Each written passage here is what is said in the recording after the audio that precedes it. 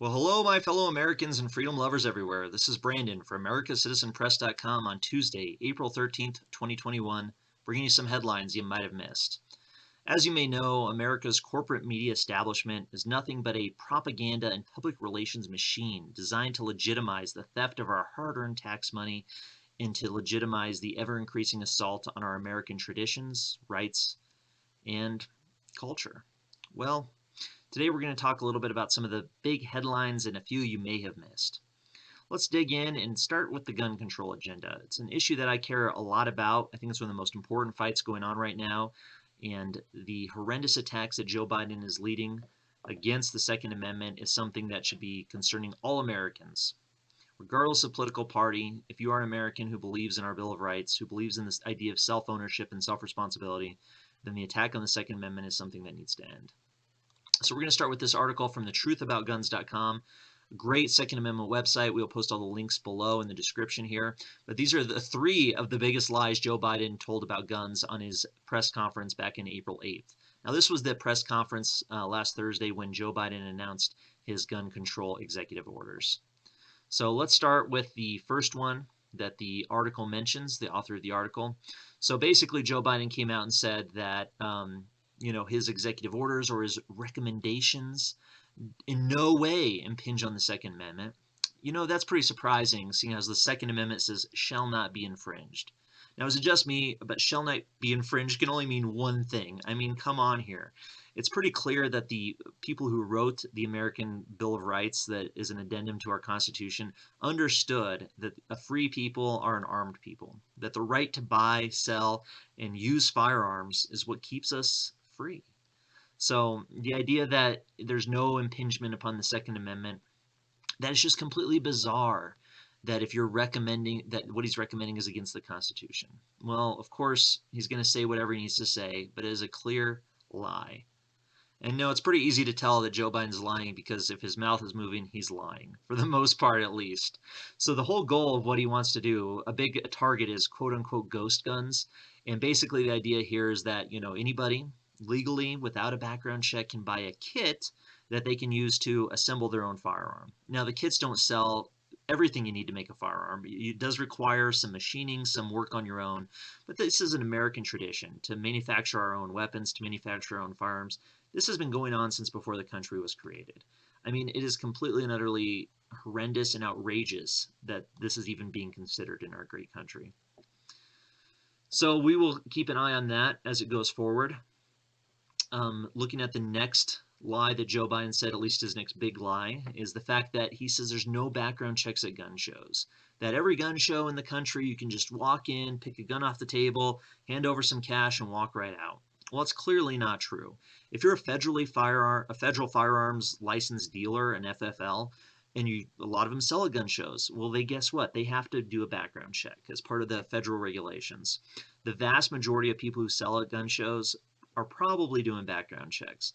Now, clearly there is some exceptions in as much as private sales between private individuals, but these people are not gun dealers. They're not licensed gun shops that are going through massive amounts of firearms. This is more like, a neighbor selling a gun to their friend, neighbors selling them among each other, parents, family members selling them to each other, and Joe Biden wants to outlaw all of that. They want to control. Part of the Democrat agenda is to control who owns a gun, who can buy a gun, who can sell a gun. And that's scary. The idea that the political class can somehow decide who can defend themselves and who cannot defend themselves, well, that's contrary to the entire idea of our American society and the Second Amendment itself. So clearly that is a lie. Joe Biden probably doesn't know if he's lying or not. Let's give him a little bit of pity, I guess, or sympathy. Lie number 3. The only industry in America that can't be sued. Now, for one, that's not true. Remington was sued, and it was actually a really, really bad lawsuit against them. But not only that, well, why would you sue them? I mean, what have they done? Now, if their firearm malfunctions, if it doesn't perform as expected, if it's causing injury in a way that's not intended, and I'm sure they could be sued. But if their firearm is being used in a crime, how is that the gun manufacturer's fault? If a car is used in a crime, is that the car manufacturer's fault? If a knife is used in a crime, is that the manufacturer of the knife's fault? Is the manufacture of poison or rope or any of the things that have been used as implements of destruction, are those people liable? No, of course not. It's completely and utterly ridiculous to even assume that to be the case. But Joe Biden doesn't care. Their goal is to disarm Americans, and they're going to do it one step at a time. Now, first off, they started WEC in the 1930s, the 1960s, the 1980s, the 1990s, and now they're trying to bring it back. But fortunately, public sentiment is very strongly pro-gun, and let's hope that continues. There needs to be a massive outcry against any attempt to restrict our ability to defend ourselves. It is a God-given right. Free people can buy and sell weapons. Slaves cannot. Next article we're going to look at today is also on the topic of gun control. Another announcement that Joe Biden made is his pick for an ATF director. Now, this guy is an absolute, I have only unkind words to say about him, but an absolute, complete, and utter clown, basically. This is a great article in the Federalist, another great website. Basically, Biden's ATF pick has mocked Americans as zombie preppers for buying guns during the government lockdowns, right? How dare we question the government's orders to stay in our homes, to shut down our businesses, to stay away from church? How dare we? The fact that basically he compared gun owners to Tiger King, that, we're somehow going to become exotic pet owners, I guess, or just kind of buffoons, I guess, is kind of his point, or that we're basically going to be, he thinks that the American people who buy guns are buying them because they're hiding them behind their tuna, their beef jerky. They're waiting for the zombies to appear. Basically, this guy, this Chipman guy, David Chipman is his name. He thinks that American gun owners are stupid, yodels. It's the whole flyover country, deplorables. That's basically the whole push to it. And now this guy was involved in Waco, in the horrific massacre that happened there in the 1990s. And I mean, this guy is bad news, and the fact that Joe Biden's nominating him is pretty clear enough. But the fact that he's bad news, right? But also the fact that he's come out and basically lampooned gun owners as being, out of touch with reality. I mean, it kind of sets the stage for making it easier for him to enact this anti-American agenda to restrict our Second Amendment rights. So David Chipman, a bad guy, a true clown, and let's hope that the U.S. Senate does the right thing, that they stop this guy from being the ATF, and even better, it's time to abolish the ATF. Moving on, we're going to talk a little bit about the Anti-Property and Anti-Religious Freedom Equality Act. This is on the Mises Wire of the Mises Institute down in Alabama. A writer is Ryan McMakin, who really goes into detail. If you want to know more about the Equality Act, this is a great article to kind of talk to you about the historical context, kind of what they're trying to do, and some of the unintended consequences, or possibly intended consequences, that they're trying to push through with this horrendous piece of legislation. Well, a lot of the Democratic left are really pushing the Equality Act as the next step in the civil rights movement. Civil Rights Act of 1964 is referenced here at the beginning of the article, and basically, certain minorities have been discriminated against. So the logic goes.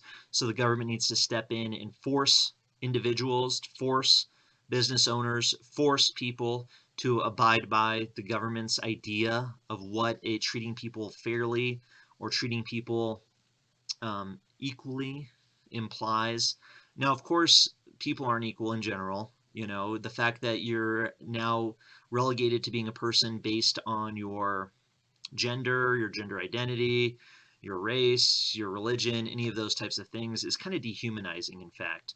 But part of what the Equality Act would do is to make it discriminatory, or at least would likely make it discriminatory, McMakin says in this article, to deny certain medical procedures to transgender persons. So basically, if you're a doctor, if you have some sort of faith or some sort of belief that kind of goes against what you're doing, you're kind of forced to do it if you want to remain a doctor. Now, this is completely ridiculous. We've been told over the last year that we should be trusting the medical establishment, that the medical authorities, these doctors and nurses, are the front line against COVID. They're our heroes, and we should do everything they say. Well, apparently, the doctors and the nurses need to get in line according to the Equality Act and need to do what they're told and start treating people equally. So it goes beyond medical institutions. So as bad as it is for doctors and nurses, it goes on to be any establishment, basically. Goods, service provider, salon, bank, gas station, so shelter, travel agency. So, Potentially, McMakin says you might have to shelter in a domestic violence shelter somebody who identifies as a woman alongside other natural women, I suppose.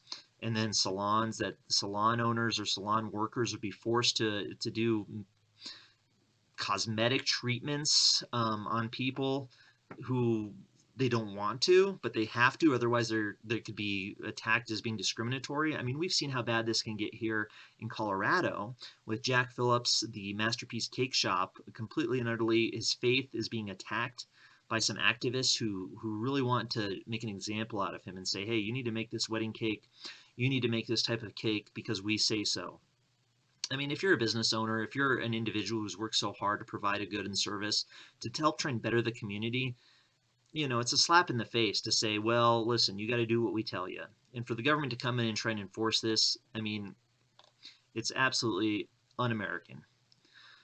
Additionally, the Equality Act goes on to potentially ban discrimination on the basis of pregnancy, childbirth, or related medical condition. So related medical condition would mean abortion.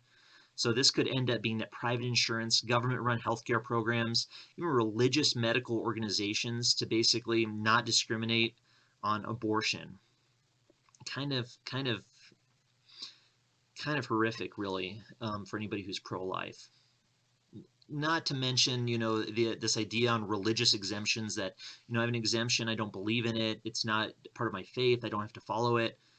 That they're trying to get that to the wayside. They're basically trying to go after the First Amendment. So it'd be interesting to see if this does pass, which it seems like it might, to see if it gets held up in court. There's definitely going to be a lot of fighting on it, and there's going to be complete and utter and unintended consequences.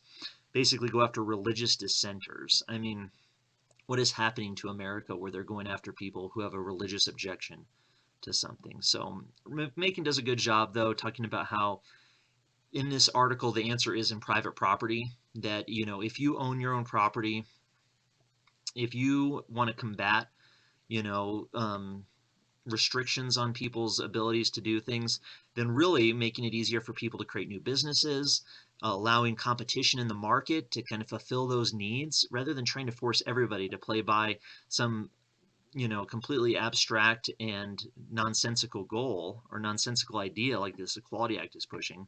Instead, let's let businesses create their own organizations that deal with this, and they can push the bigots out of business if necessary. But let the market decide. Let the people decide. That's truly the whole idea of the free market economy, is that the people are deciding what kind of goods and services, what kind of businesses are going to operate. We don't need this heavy-handed government approach, basically. It is a kind of a communistic idea in as much as that the government should come in and tell businesses who they should serve, how they should serve them. I mean, it's bad news, friends. Bad news. Well, election integrity is in the news again. This is a Daily Caller article that just came out a couple days ago on April 11th. So 2 days ago, this came out. Absolutely fascinating what is going on behind the scenes. And there's a big push by major corporations kind of conspiring together to oppose election integrity measures. I mean, this is, if the last article we talked about was communism, this is fascism. Over 100 major corporations, as the article goes, came together over Zoom in a Saturday meeting about how they can combat election integrity laws, similar to the one passed in Georgia. So the idea is they don't want people to vote in a specific way. They want to have these corporations want to have a say or control in terms of how our elections operate. Who elected them to do anything? I don't know. Why is it their purview, and why are they doing this is a very good question. So some of the people they talk about in this article are the owner of the Atlanta Falcons, who was also a co-founder of Home Depot, a chairwoman of the Starbucks board, or the chairwoman of the Starbucks board, CEO of AMC Entertainment, and I'm sure others. So Ed O'Keefe here, that Washington establishment journalist, even came out and talked about it. Top leaders of airlines, media, law, and investment. So clearly this is an organized effort put forward by all of these groups who want to make sure that you don't have to show an ID to vote. They really want the elections to go one specific way. And isn't it telling that they're really trying to basically influence the election, to kind of rig the system in their favor?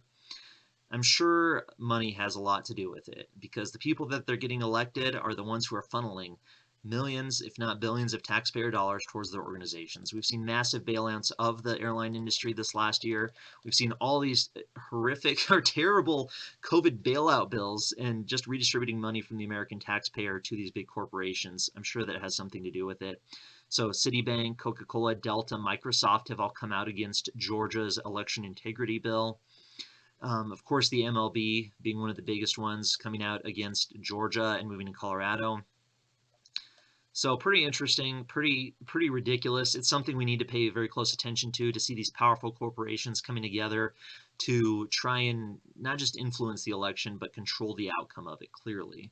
If they didn't have a vested interest in the elections, they wouldn't be doing this. Make no mistake, these corporations are not coming out based on ideological reasons. They don't oppose voter ID based on a specific type of ideal, a democratic ideal they're trying to uphold. It has to do with money. It has to do with their shareholders. It has to do with getting them on top of American society. Fascinating story. We will keep an eye on this one. Now, a perfect example, or a very sad example actually, of what happens in the blue city, the poor city of Seattle, as we've seen they're rattled with crime, drug addiction, and homelessness. Well, it's gotten so bad that kids are finally getting back to school. So this was from April 9th, just a couple days ago. Kids are finally getting back to school in Seattle. And, you know, somebody actually took some time to get on the schools while the kids were gone, and that's homeless camps. So, you know, they're coming to school, kids are excited. They get on the school grounds, and there's homeless camps on there. So according to this local news station up there, the parents are pretty upset, right? Members of the school board tell the city not to move them. I mean, imagine you send your kids to school. There's over 50 tents. There's over 50 tents on the school grounds. I mean, it's not a safe place. There's drugs, needles, you know, pretty bad stuff. So, you know, this is kind of the inevitable outcome of these authoritarian democratic type of policies. So homeless encampment in the shoreline of this school. You know, imagine your kindergartner, your second grader walking to school or going to school or playing recess, and there's, you know, homeless camps just abound, needles everywhere. I mean, it's pretty crazy. Pretty crazy what's happening in Seattle. Do not let this happen to your city. It's important that you stand up and speak out now, sooner rather than later.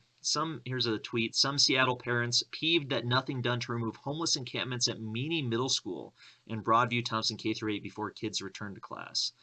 Imagine bringing your kid to school and this is what they see every day. I guess it's a true education though. These kids can really learn what these government programs, these government policies, what the outcome is. So, you know, we'll see what happens. It'll be interesting to see.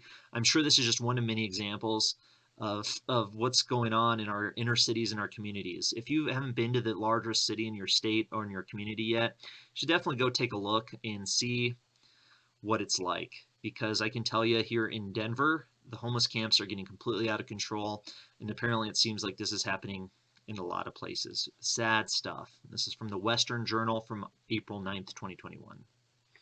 Moving on to our last article of the day, and this is another example of a specific agenda being played out across our country, a coordinated effort attacking meat, specifically going against ranchers and their way of life.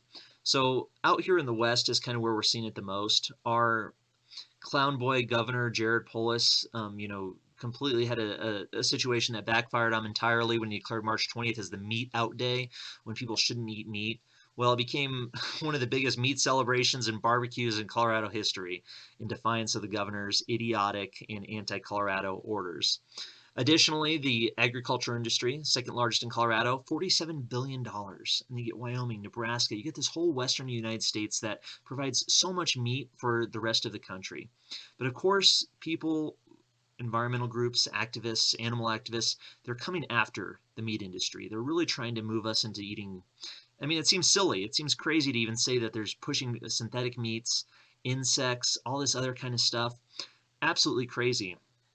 And you may see this in your own state, whether you're in Colorado or not, but there's another bill coming through in which animal activists are trying to get on the ballot here in Colorado, and that is the PAWS Act. And basically the whole point is that they're fighting on animal cruelty. So that's kind of how their game plan is right now. Their way to attack meat is to use animal cruelty, basically.